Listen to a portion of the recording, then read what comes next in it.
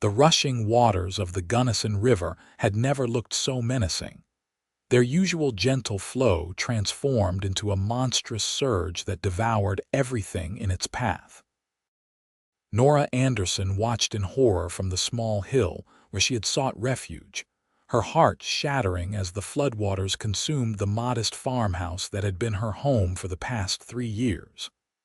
The year was 1879, and the spring thaw had come with unexpected vengeance to the Colorado Territory.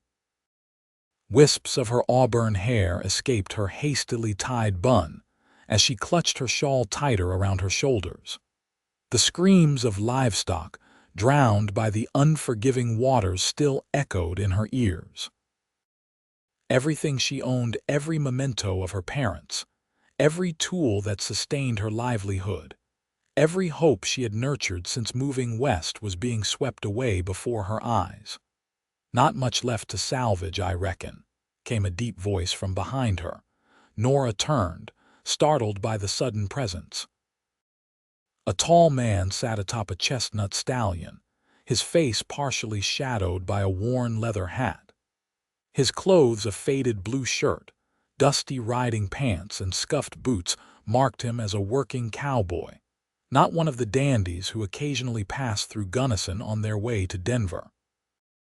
A badge glinted on his chest. "Deputy Yates Vance," he said, tipping his hat slightly. "I've been riding up and down the riverbanks warning folks. Didn't expect to find anyone still out here." "I was in town," Nora replied, her voice hollow as she turned back to the devastating scene.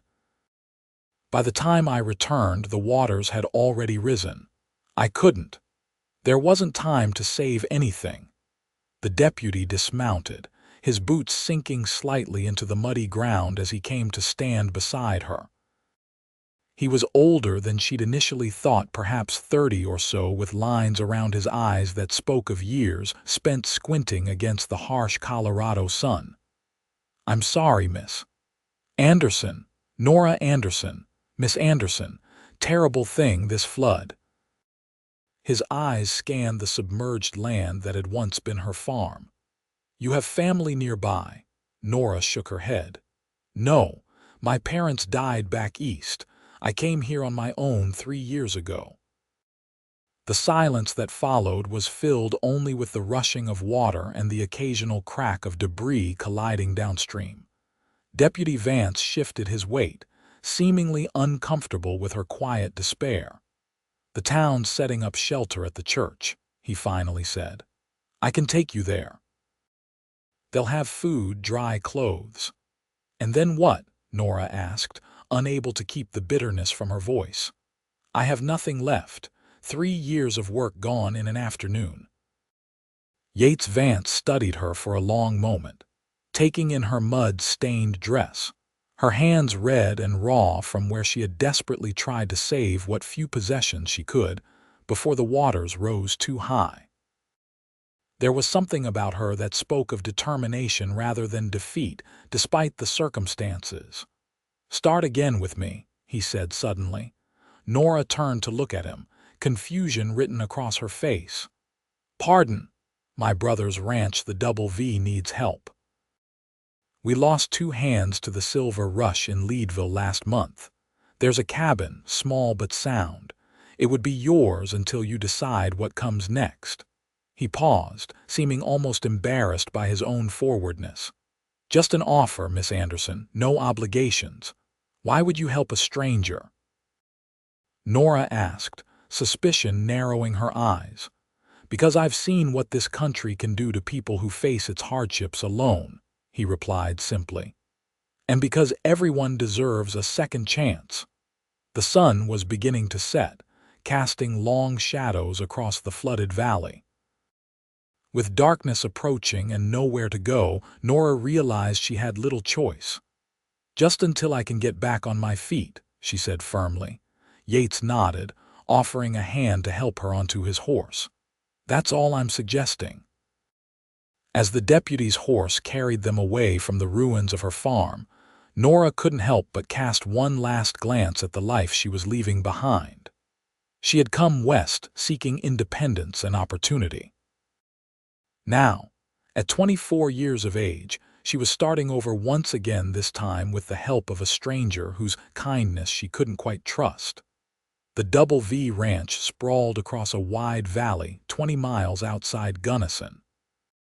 The main house stood proud against the backdrop of the San Juan Mountains, its logs weathered by years of Colorado seasons. Several outbuildings dotted the property: a barn, bunkhouse, smokehouse, and what appeared to be a blacksmith shed. "My brother Victor started this place 15 years ago," Yates explained as they approached. "Came out here when there was nothing but Indians and trappers. Built it from nothing." "And where is your brother now?" Nora asked, her hands stiff from holding onto the deputy's saddle for the long ride. "Denver. Married a banker's daughter last year. Spends most of his time there now managing investments. Left me to run the ranch." There was a hint of something in his voice, not quite resentment, but perhaps resignation.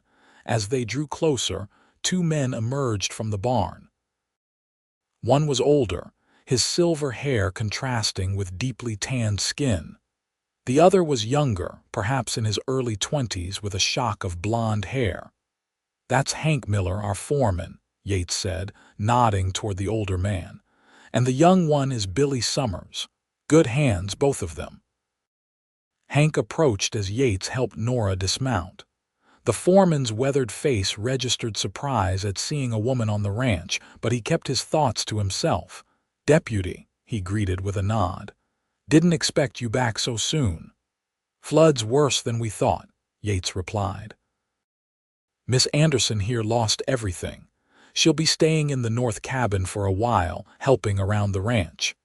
Hank's eyes lingered on Nora for a moment before he nodded. "The MacDougal place. Been empty since they moved on last fall. Needs some cleaning, but the roof's sound." "I'll take her over," Yates said. "Can you see to the horse?" As Hank led the stallion away, Yates gestured for Nora to follow him toward a small cabin set apart from the main house. It was modest but sturdy-looking, with a small porch and chimney. "It's not much," he said as they approached, "but it's dry and safe." The interior was dusty but intact. A single room contained a bed, table, 2 chairs, and a small stove. A curtain sectioned off what Nora assumed was a washing area. "I'll bring you some firewood," Yates said, standing awkwardly in the doorway. "And some supper from the main house. Mrs. Boone, she's our cook, always makes enough to feed an army." "Thank you," Nora said, suddenly overwhelmed by the reality of her situation. "I don't know how I'll repay your kindness. We need help with the garden and preserving. Hank's wife used to manage it before she passed, and none of us men have much talent for it." He smiled slightly. "Think of it as an arrangement, not charity." After Yates left, Nora sat on the edge of the bed, letting the events of the day wash over her. The flood, the loss, this strange new arrangement, it was almost too much to comprehend. Yet beneath her exhaustion stirred a familiar determination. She had rebuilt once after her parents' deaths. She would do it again. The next morning, Nora rose with the sun. She had slept in her mud-stained dress, having no other clothes, but Yates had promised to send someone into town to purchase necessities for her. After washing her face in the basin of water he'd brought the night before, she stepped outside to take stock of her new surroundings. The morning light revealed the true beauty of the Double V. The valley stretched green and lush, dotted with cattle. The mountains rose majestic in the distance, still capped with snow despite the spring season. It was beautiful, undeniably so, but it wasn't hers. The thought sent a pang through her heart. "Morning, Miss Anderson," called a woman's voice. Approaching from the main house was a stout, gray-haired woman carrying a basket. Her face was kind but careworn, with laugh lines etched deeply around her mouth. "I'm Ida Boone," she said, extending the basket. "Brought you some breakfast and a few things to tide you over. Deputy Vance rode into town at dawn to get you some proper clothes and supplies." "That's very kind," Nora replied, accepting the basket. Inside was a loaf of fresh bread, a jar of preserves, some hard cheese, and to her surprise, a simple cotton dress.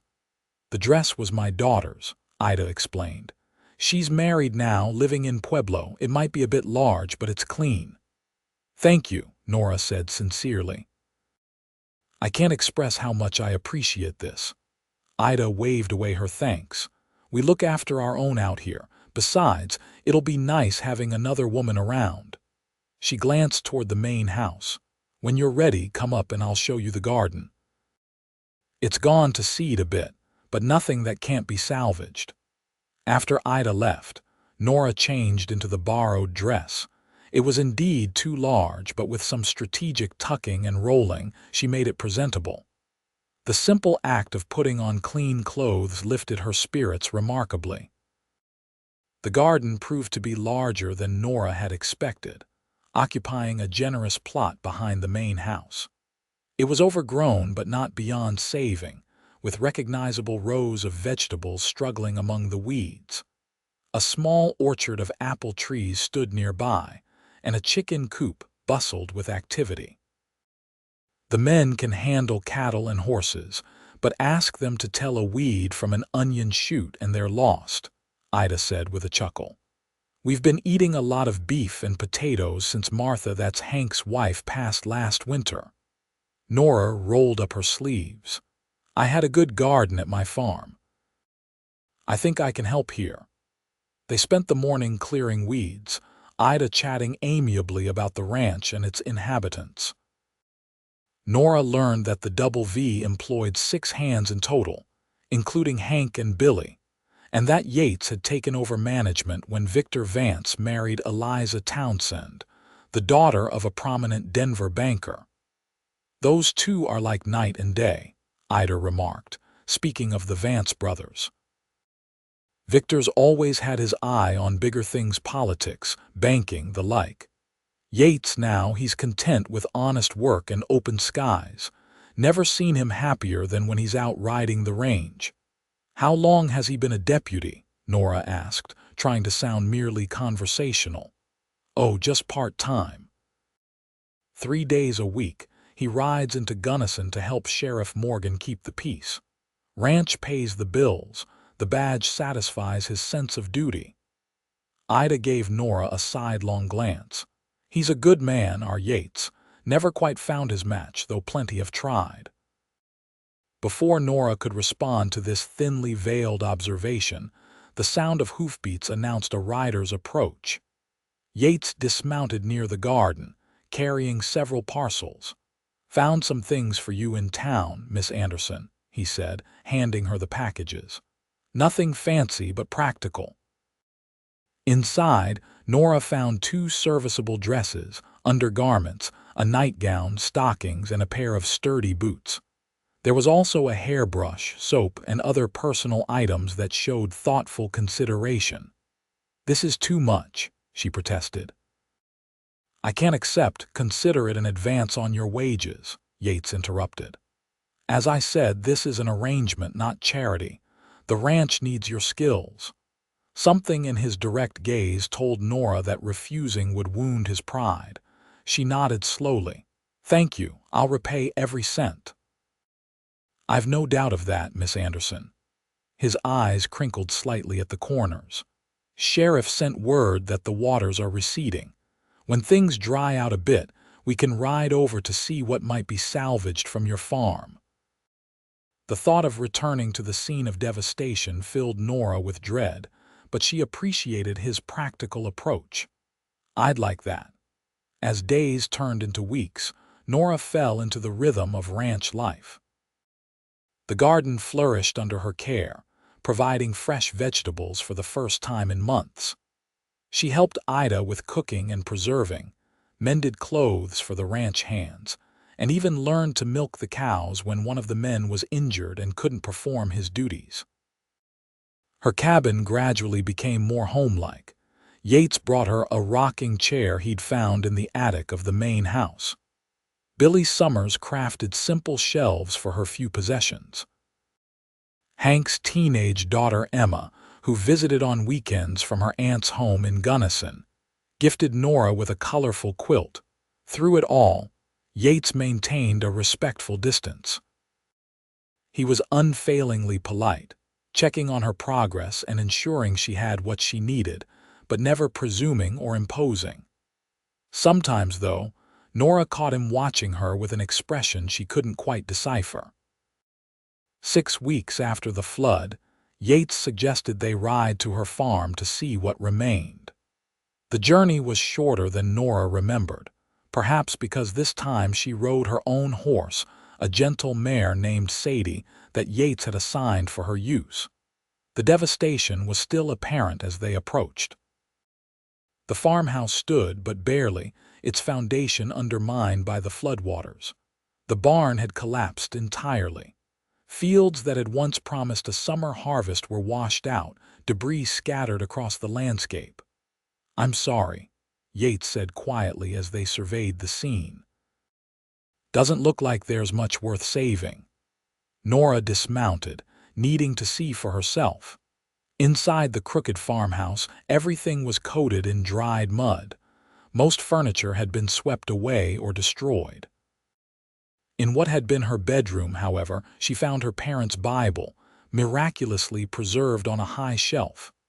Tucked inside were the few family photographs she possessed. "Something?" Yates asked, appearing in the doorway. Nora nodded, clutching the Bible to her chest. "The most important thing."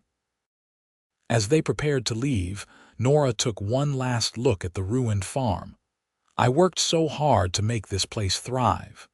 "You can work that hard again," Yates said. "Land can be replaced. Your spirit, that determination, that's something rarer." On the ride back to the Double V, they stopped at a high point overlooking the valley. The late June sun bathed everything in golden light, painting the landscape in hues of amber and bronze. "My brother wants to sell," Yates said suddenly. "The ranch. Says it's not profitable enough compared to his Denver investments." Nora looked at him in surprise. "But this is your home." "It is." He stared out over the land, his expression unreadable. "I'm trying to buy him out, but I don't have that kind of money saved." "Been thinking about taking a full-time position with the sheriff's office." "You'd give up ranching," Yates sighed. "Not by choice, but a man does what he must." The admission seemed to cost him something, and Nora realized how rarely Yates spoke of his own concerns. He carried his burdens quietly, just as she tried to carry hers. "The ranch is coming alive again," she said softly.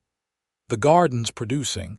The preserving will see you through winter with plenty to spare. Perhaps things aren't as dire as they seem." He turned to her, a small smile playing at the corners of his mouth. "You've brought something to the Double V that it's been missing, Miss Anderson. A woman's touch, yes, but more than that, hope." The weight of his gaze made her heart flutter unexpectedly. She looked away, confused by her reaction. "We should head back before dark." As summer progressed, the relationship between Nora and Yates gradually shifted. She found herself watching for his return when he was away on deputy duties. He seemed to find more reasons to visit the garden or stop by her cabin, often bringing small gifts, wildflowers he'd spotted on the range, a book from his personal collection, a piece of ribbon from the general store. Yet neither acknowledged the growing tension between them. Nora reminded herself that she was an employee, dependent on his goodwill. Yates, for his part, maintained the formal address of Miss Anderson, though sometimes his voice caressed the name in a way that sent warmth spreading through her chest. It was Ida who finally broached the subject, on a hot August afternoon as they worked together bottling tomatoes from the now thriving garden. "You know he cares for you," she said bluntly, wiping sweat from her brow. Nora nearly dropped the jar she was filling. "Mrs. Boone." "Oh, stop that, Mrs. Boone nonsense. I've been Ida to you for months now." The older woman fixed Nora with a knowing look. "And don't pretend you don't know who I'm talking about." It wouldn't be proper, Nora said weakly. I work for him.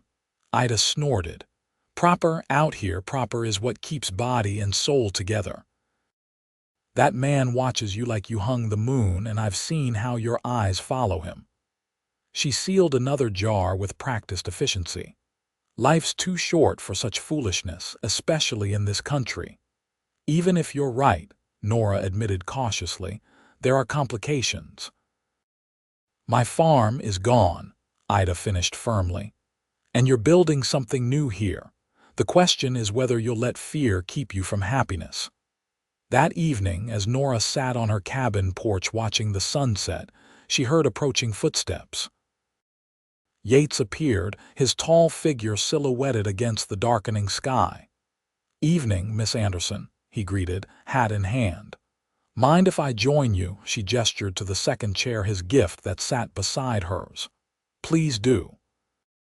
They sat in companionable silence for a while, watching as the first stars appeared in the deepening blue overhead. I received a letter from Victor today, Yates finally said. He's lowered his asking price for the ranch. That's good news, isn't it? It is, but still not enough. I'm considering selling off the north pasture. He ran a hand through his hair, a rare gesture of frustration. Hate to break up the ranch, but I don't see another way. What about a partner? The words left Nora's mouth before she could reconsider them. Yates looked at her sharply. What do you mean? I have some money, she explained. Not much what was in the bank in Gunnison when the flood hit. It was meant for new equipment for my farm, but, she shrugged, it's not doing anyone any good sitting in an account. Nora. It was the first time he'd used her given name, and the sound of it in his deep voice made her breath catch. I can't take your savings, not take invest. I'm proposing a business arrangement. She straightened in her chair. The Double V needs capital. I need a fresh start. Why not combine resources? Yates studied her for a long moment. And what would you want in return? A share in the ranch. A real position, not just as a hired hand. She met his gaze steadily. And the right to stay, regardless of what happens. You've thought about this, he observed. I have. The Double V can be profitable. The gardens producing well, the orchards will follow.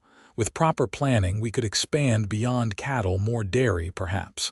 Cheese sells well in mining towns. A slow smile spread across Yates's face.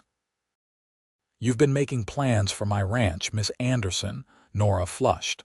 I'm only suggesting possibilities. They're good possibilities. He leaned forward slightly. But there's something you should know before you tie yourself to this place to me. Her heart quickened at the implication in his words. What's that? I don't want a business partner, Nora. His voice was low, intense. At least, not just a business partner. The confession hung in the air between them, charged with possibility. Nora found herself unable to look away from his steady gaze. What do you want, then? She asked softly. Instead of answering with words, Yates reached across the space between their chairs and took her hand in his. His palm was rough with calluses, warm against her skin. I want to court you properly, he said.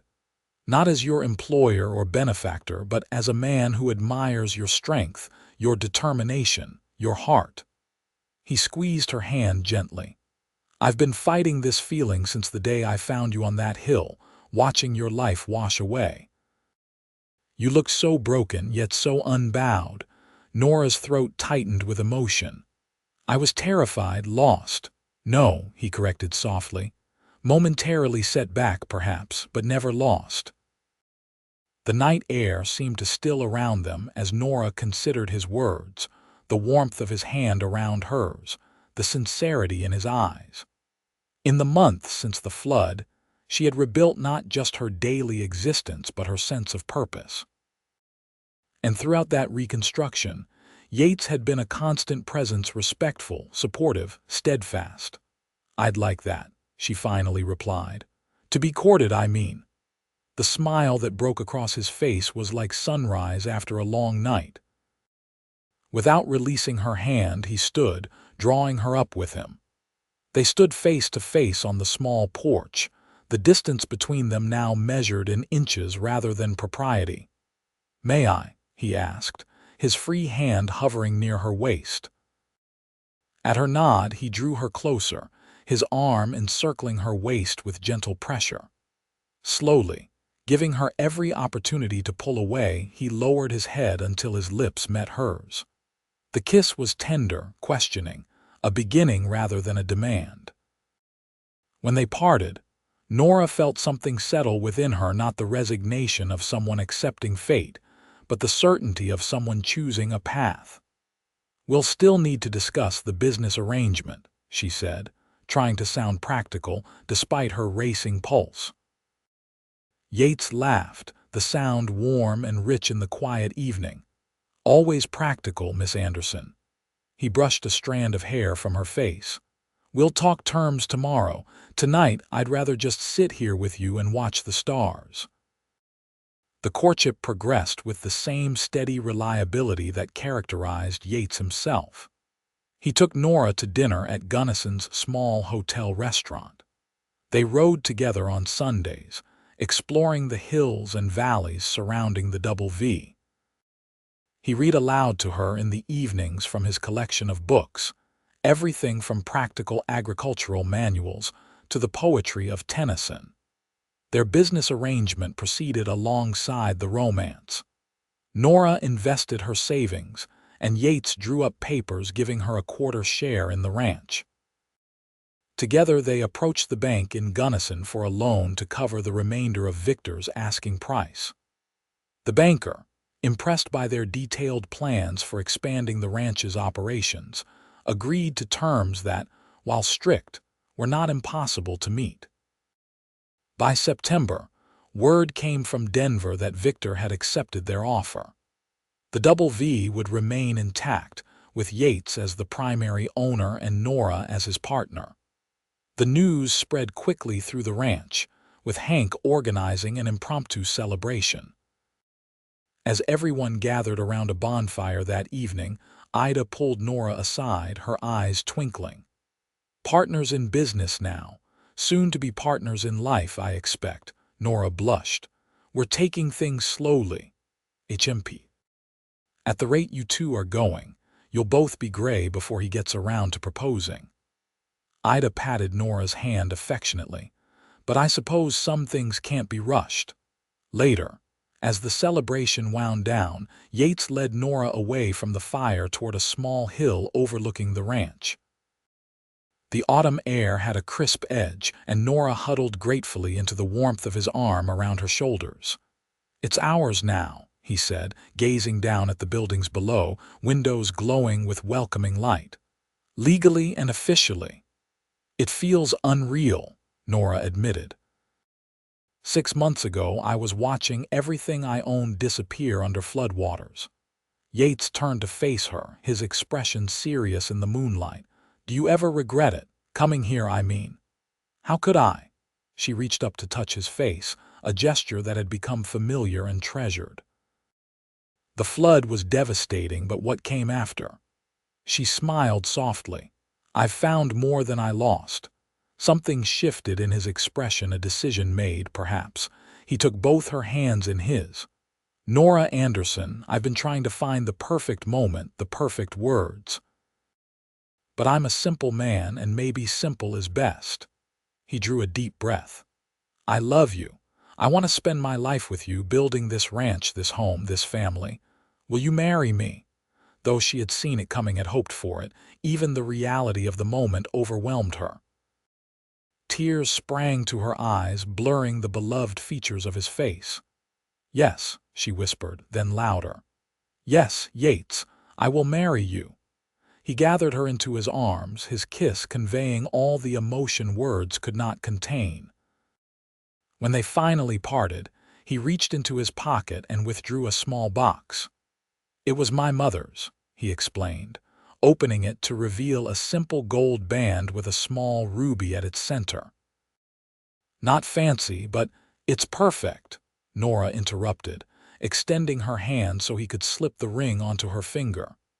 It fit as though made for her, the ruby catching the moonlight with a deep inner fire. They married in October, when the aspen trees turned the mountainsides to gold. The ceremony took place at the small church in Gunnison, with what seemed like the entire town in attendance. Victor came from Denver with his wife Eliza, whose initial coolness toward Nora thawed considerably when she realized her new sister-in-law had no designs on the Townsend family connections. "You really do love this place, don't you?" Eliza asked as they stood watching the sunset during the wedding celebration at the Double V. "And my stubborn brother-in-law." "Both, very much," Nora confirmed. Eliza nodded thoughtfully. "Then I wish you joy of them." "Victor and I could never make a life here. We're too fond of city comforts. But Yates," she smiled. "Yates needs the land like he needs air to breathe, and now he has someone who understands that." The winter that followed was harsh, with heavy snows isolating the ranch for weeks at a time. But within the walls of the main house, where Nora and Yates now lived together, warmth and contentment reigned. They spent the long evenings planning for spring, expanding their vision for the ranch's future, and discovering the quiet joy of building a life together. By February, Nora was certain she was carrying their first child. When she shared the news with Yates, his expression of wonder and joy became one of her most treasured memories. "A family," he whispered, placing his hand gently on her still flat stomach. "Our family." "The first of many, I hope," Nora said, covering his hand with hers. "As many as you want," he promised, kissing her with tender reverence. Their son, James Victor Vance, was born in late September of 1880, almost exactly 1 year after Yates had proposed.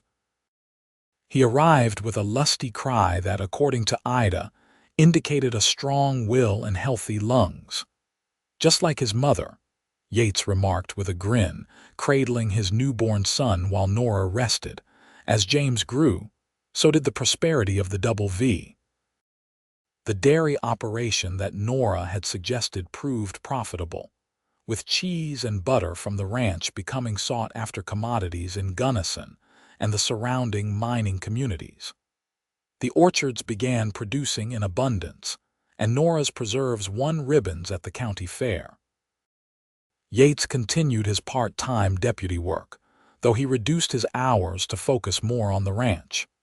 When Sheriff Morgan announced his retirement in 1882, many expected Yates to seek the position. But he declined, content with his role as rancher and family man. "Some men need badges to feel important," he told Nora as they watched 2-year-old James chase butterflies in the garden.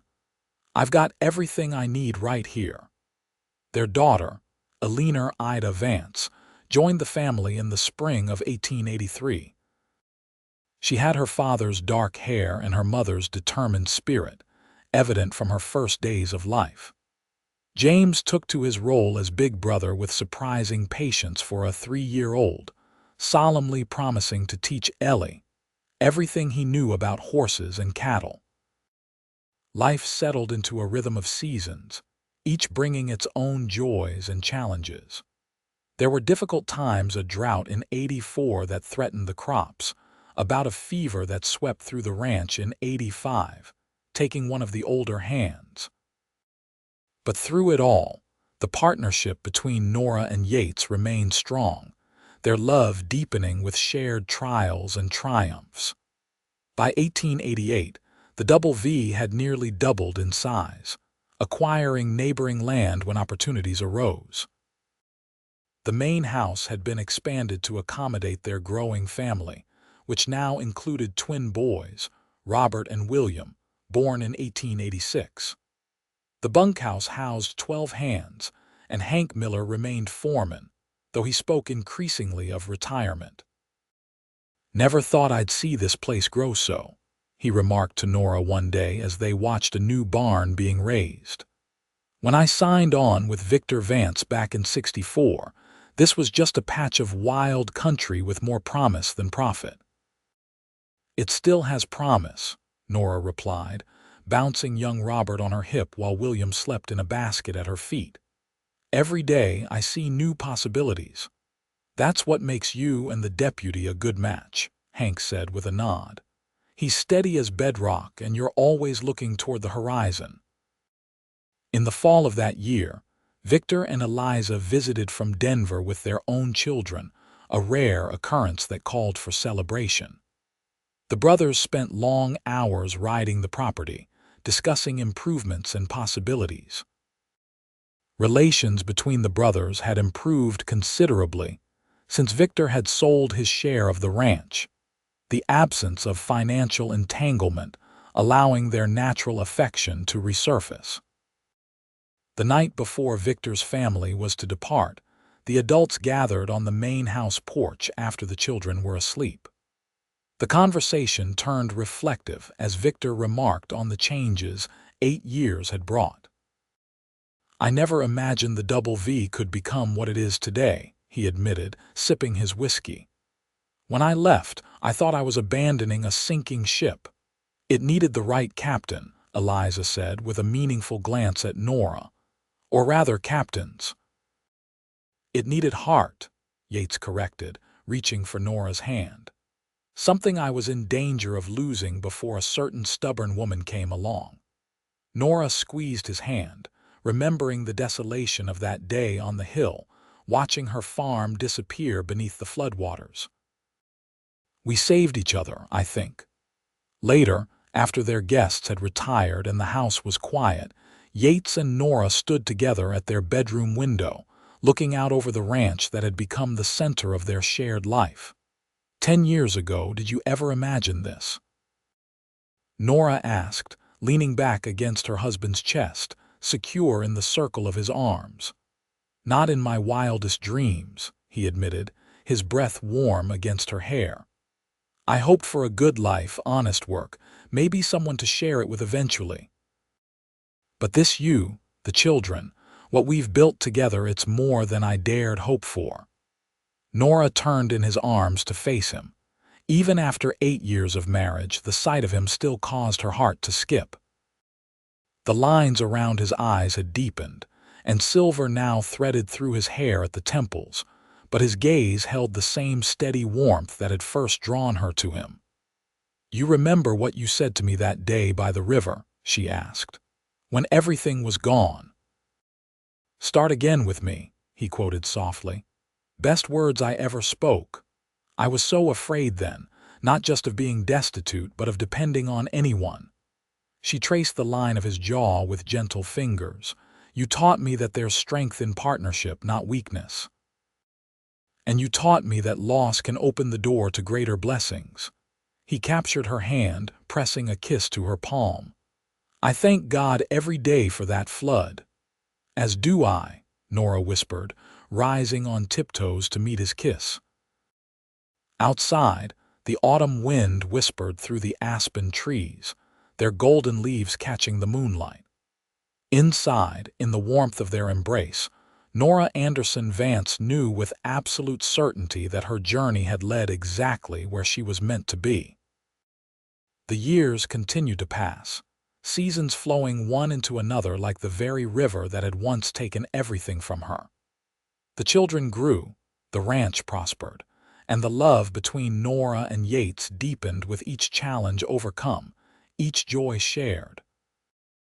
James, their firstborn, showed his father's quiet strength and his mother's head for business. By 18, he was effectively managing large portions of the ranch operations. Eleanor developed a gift for healing, apprenticing with the doctor in Gunnison before returning to serve the ranch and surrounding community. The twins, Robert and William, though identical in appearance, developed distinct personalities. Robert the adventurous dreamer, William the practical problem solver. In 1895, on the 15th anniversary of their wedding, Yates surprised Nora by taking her to San Francisco, a journey she had often spoken of, but never expected to make. They spent 2 glorious weeks exploring the city, attending the opera, walking along the bay, and simply enjoying time alone together away from the responsibilities of the ranch. "I've been saving for this trip for 5 years," Yates confessed as they stood watching the sunset from the deck of a ferry. "Wanted to give you a glimpse of the wider world." "It's wonderful," Nora agreed, watching the golden light play across the water. "But you know what I've discovered." "What's that?" "That I'm happiest in our valley, with you and the children, with the land we've nurtured together." She turned to face him, her eyes reflecting the sunset glow. "The wider world is beautiful to visit, but the Double V is home." The smile that lit his face was worth every hardship they had endured. "That's what I hoped you'd say." When they returned to the ranch, they found James had managed everything beautifully in their absence, confirming what they already knew: the legacy they had built would continue into the next generation. As 1899 drew to a close, bringing with it the end of the century, the Vance family gathered for a special New Year's celebration. The main house was filled with light and laughter. James brought his new bride, Sarah, daughter of the banker who had approved their loan so many years ago. Eleanor, home from her medical studies in Denver, entertained everyone with stories of city life. The twins, now 13, plotted mischief in corners while pretending innocence whenever adult eyes fell upon them. At midnight, as cheers erupted around them, Yates pulled Nora aside into the quiet of his study. "20 years ago," he said, holding her hands in his, "you stood on a hill watching everything you'd worked for disappear. And you rode up on that chestnut horse," she continued, "and changed my life with 5 words. Start again with me," they said together, and laughed softly at the shared memory. "I had no idea what I was really offering," Yates admitted, "or what I was about to receive in return." "Neither did I." Nora reached up to touch his face, now lined with the years but still as dear to her as ever. "But I wouldn't change a moment of it." From outside came the sound of the twins launching firecrackers, followed by James's authoritative voice calling them to order. Eleanor's laugh floated through the air, and somewhere a fiddle began to play a joyful tune to welcome the new century. "Listen to that," Yates said, drawing Nora close. "That's the sound of everything that matters." As the celebration continued around them, they shared a kiss that held all the tenderness of their first, all the comfort of their countless exchanges over the years, and all the promise of the days still to come. The flood that had once seemed like an ending had instead been a beginning, the first chapter in a story of love, partnership, and the remarkable resilience of the human heart. Together, Nora and Yates Vance had built something far greater than either could have created alone, a legacy of love that would endure long after the waters of memory had receded. And as the new century dawned bright with possibility, they faced it as they had faced everything else, side by side, hand in hand, hearts beating in the same steady rhythm that had carried them through storm and sunshine alike.